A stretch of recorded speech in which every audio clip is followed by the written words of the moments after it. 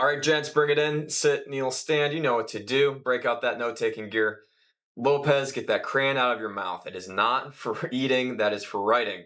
Good to go? Oh, hey there, Revere 311, former Marine infantryman, Revolutionary War reenactor, and amateur history enthusiast. And this November will mark the 250th birthday of the United States Marine Corps.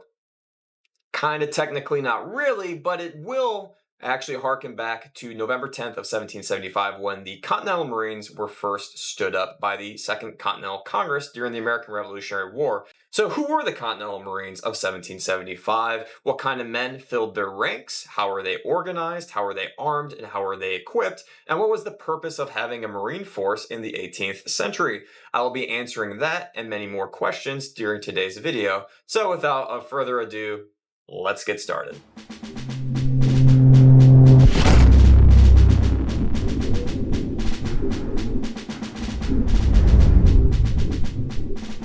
First off, naval infantry have been around for thousands of years. Starting with the wars of classical Greece and continuing through the Roman era, these infantrymen on ships would engage in brutal, close order combat with swords, bows, axes, and spears, boarding enemy ships and cutting down all in their path. Jump ahead to the Renaissance, and Spain formed one of the very first permanent marine forces.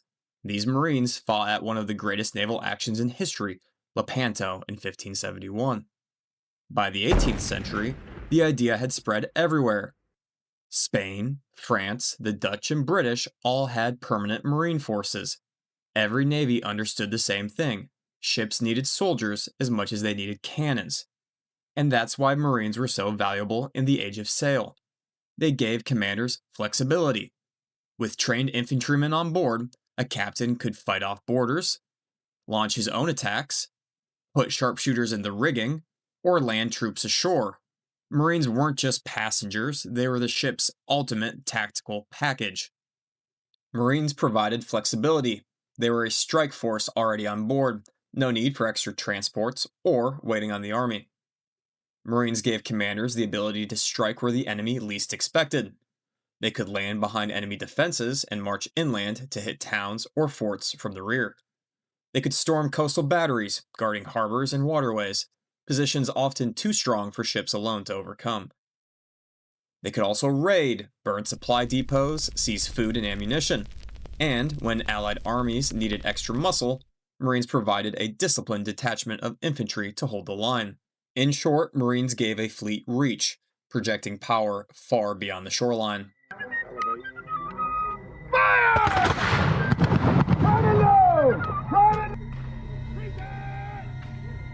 Let's take a look at the history of events leading up to the creation of the Continental Marines. The year is 1775, and 13 British colonies in North America are in an open and armed rebellion. The exchange of musket fire at Lexington, Concord, and Bunker Hill had left scores of provincials and regulars dead on the fields of New England. America is at war.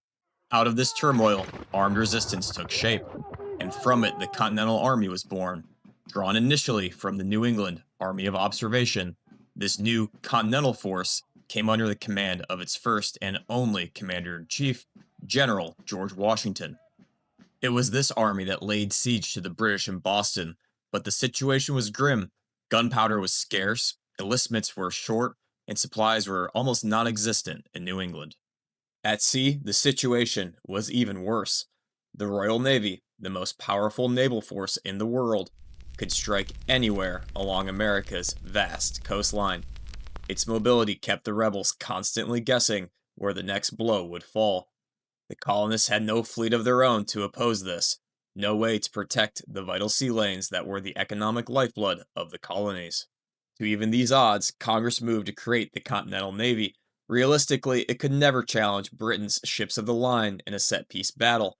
Instead, America turned to smaller, faster frigates, designed for single-ship engagements and commerce raiding.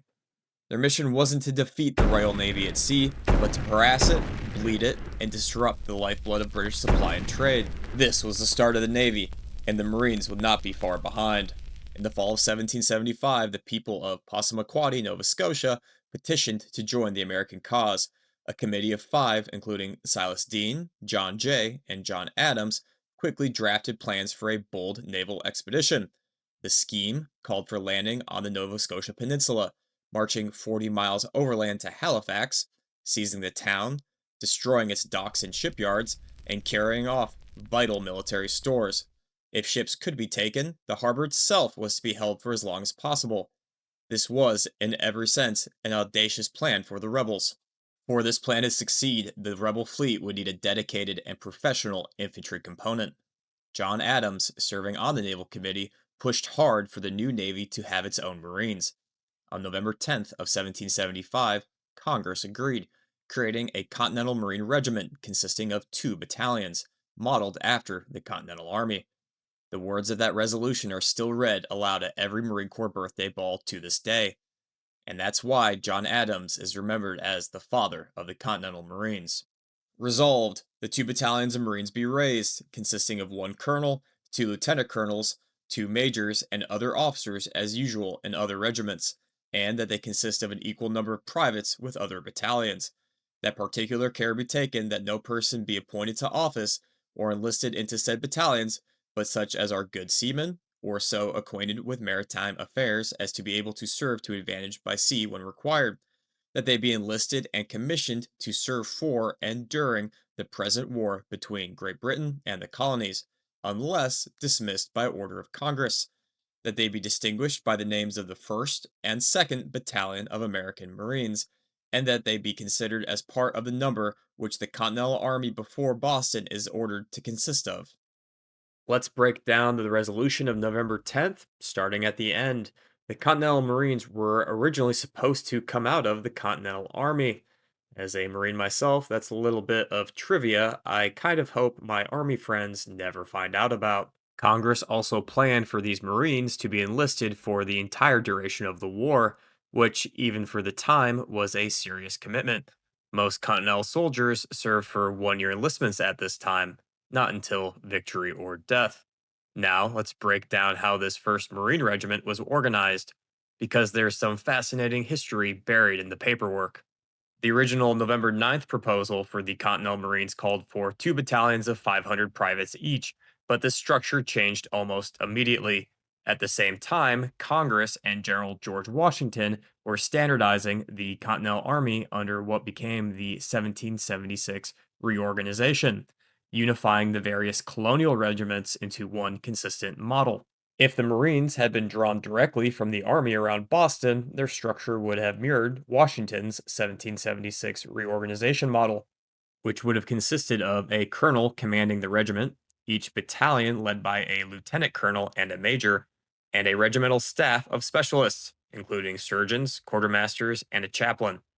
The Marine Regiment was intended to field 2 battalions of 726 men each, about 1,450 men, divided into 8 companies of 90 men. Each company contained officers, NCOs, musicians, and 76 privates. The Marines were to be experienced seamen, or men familiar with life at sea, able to serve aboard ship and on land, officially designated as the 1st and 2nd Battalions of American Marines.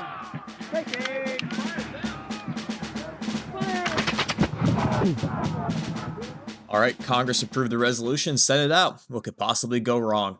Let's get this gun club organized.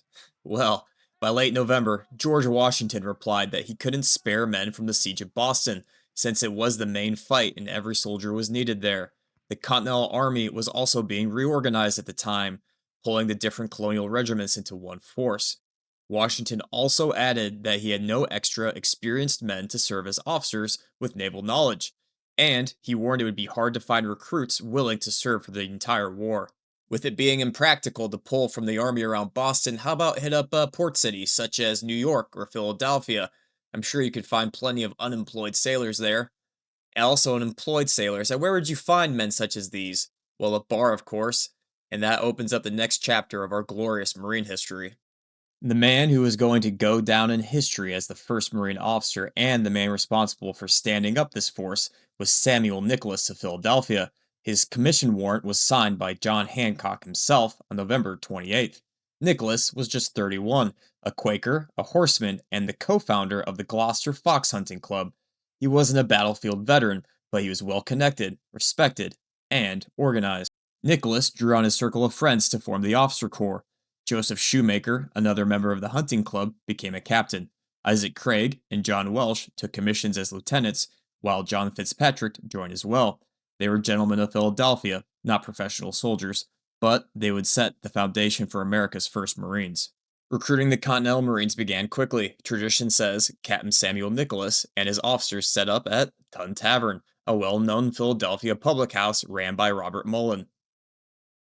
Built in 1685 as the city's first brewhouse, Tun Tavern soon became one of Philadelphia's largest establishments. Its very name, Tun, was an Old English name for a barrel of beer. Over the years, it became a center for politics, commerce, and military affairs. In 1756, Benjamin Franklin used it to muster militia, and in October of 1775, the Naval Committee, including John Adams, met there to draft America's first naval articles of war. Whether Nicholas actually recruited inside Tun Tavern is debated. Another contender is the Conestoga Wagon Tavern, built in the early 1700s and later managed by Nicholas himself. In the 1760s, Nicholas organized the Gloucester Fox Hunting Club there, which evolved into the Light Horse of the city of Philadelphia, a gentleman's militia under his command. The tavern became part of his personal life too. In 1778, he married the daughter of the original owner, gaining the inn as part of her dowry. Wherever it took place, the choice of taverns just made sense. Taverns were the lifeblood of colonial society. They were part pub, part meeting hall, part community center, and in 1769, Philadelphia had 159 licensed taverns for a population of just 28,000, making the tavern a perfect spot to find adventurous recruits. How were these initial recruits brought in? Well, they found some high school JV athletes with a sense of adventure and looking for a Dodge Charger with a high interest rate. Just kidding. Recruiting drives of the 18th century would have included drummers on the streets, carrying painted drums decorated with a coiled rattlesnake and the motto, "Don't tread on me." The task of these drummers was to draw men into the tavern for speeches, promises of steady pay, also prize money from captured ships, and the call liberty awaited, and a few beers here and there, and there and here. Records show Lieutenant Craig enlisted about 40 men this way. Most were immigrants: Irish, English, German, Swiss, and Dutch. They averaged around 25 years old, stood around 5'6". Previously, they had worked as bakers, millers, carpenters, coopers, jewelers, masons, wool combers, laborers, and even one doctor. The pay offered was modest. Privates earned a little over $6 a month, while captains made 26. Still, many men saw this as better than their prospects at home, and always in the background was the chance of prize money, shares of enemy ships and cargoes captured at sea, a reward that can turn an ordinary Marine into a wealthy man overnight. Instead of enlisting for the duration of the war, they would enlist for 1 year, with their contract expiring on January 1st of 1777. We have the Marines. What about the arms? How were these early Marines equipped? As preparations began for the planned expedition to Nova Scotia, the newly formed Marines were to be armed with flintlock muskets, long-handled hatchets, boarding axes, spears, and 32 cartridges per man. Equipping the new Marine companies proved to be a constant challenge. The Pennsylvania Committee of Public Safety supplied some essential gear and made the first recorded issue of arms to the Marines: provincial muskets. This term, provincial arm, was a general label, not a specific model. These muskets were not standardized weapons, but rather typical militia arms of the time, often based on the English pattern musket. These flintlock, smoothbore military muskets weighed around 10 pounds, had a 45-inch or longer barrel held in place by pins, and were usually stocked in walnut or other hardwoods. In the hands of a trained musketeer, such a flintlock could fire 2 to 3 rounds per minute using pre-made paper cartridges. Along with these muskets came bayonets, cartridge boxes, and scabbards, but supplies were limited. Records show that only 100 muskets, 100 bayonets, and 100 scabbards, and 12 iron ramrods were issued, far short of what was needed to fully equip the force. The arms shortage was so great that drastic measures had to be taken. A letter from the Pennsylvania Committee of Safety at the time states, "The great demand for firearms in order to equip the boats and vessels employed in defense of the River Delaware, and to supply the Marines on board the Continental armed vessels now ready to sail, has made it necessary for us to collect all public arms throughout the province. The associations in this city have already turned in all the weapons they possessed. And we hope those in the countryside will cheerfully do the same before the country faces real danger. We expect enough arms will be procured to supply those who lack them. In the meantime, we earnestly request that you gather and send all public arms in your county to this committee for immediate service. Any expense incurred in repairing these arms will be reimbursed upon the receipt of your report. These early Marines lacked uniforms as well. Uniforms wouldn't even become standardized until 1776.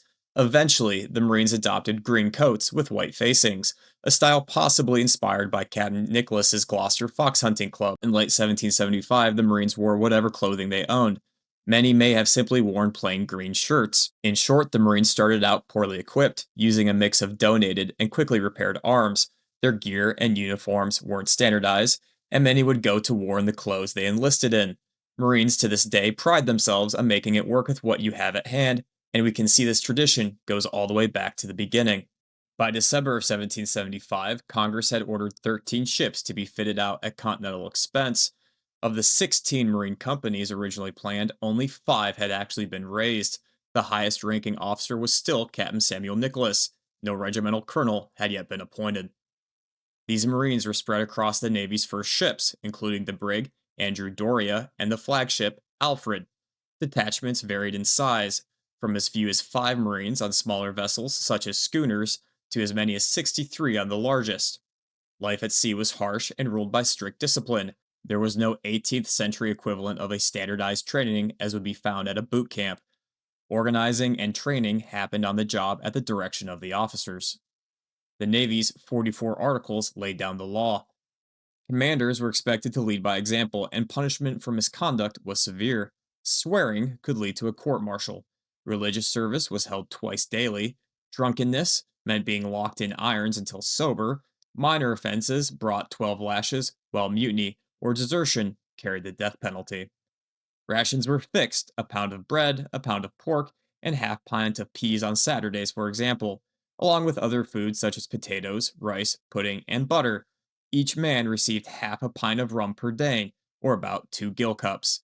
These first Marines ended 1775 preparing for their very first mission. Aboard ship, they trained constantly, firing their muskets, practicing boarding drills, and running infantry maneuvers to get ready for their first real fight.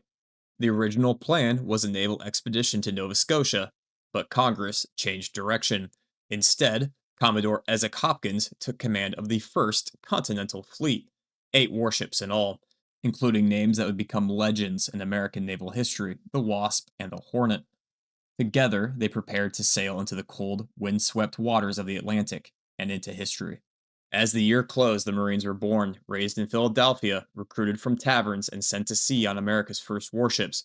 Their true test would come in 1776 during the raid on Nassau, the first amphibious assault in Marine Corps history, and where they wrote the first chapter of Marine Corps lore.